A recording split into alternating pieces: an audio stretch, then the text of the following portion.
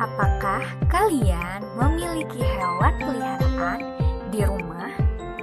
Bagaimana cara kalian merawat hewan peliharaan?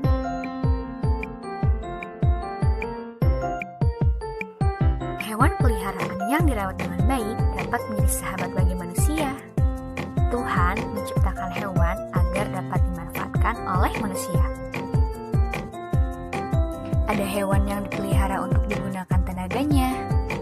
Ada juga yang diternakan untuk diambil daging, kulit, telur, susu, dan tulangnya. Hewan peliharaan harus dirawat dengan baik dan benar serta penuh kasih sayang.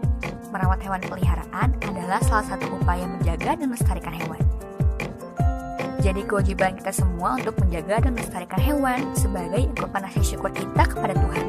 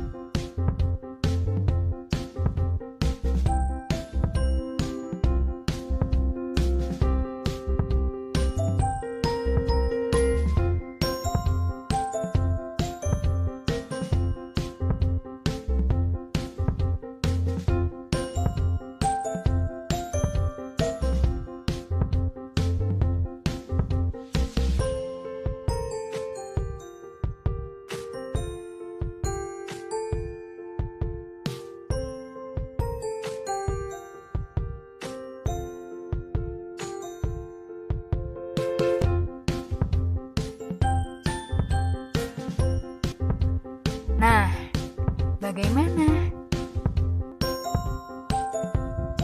Mudah bukan merawat hewan peliharaan?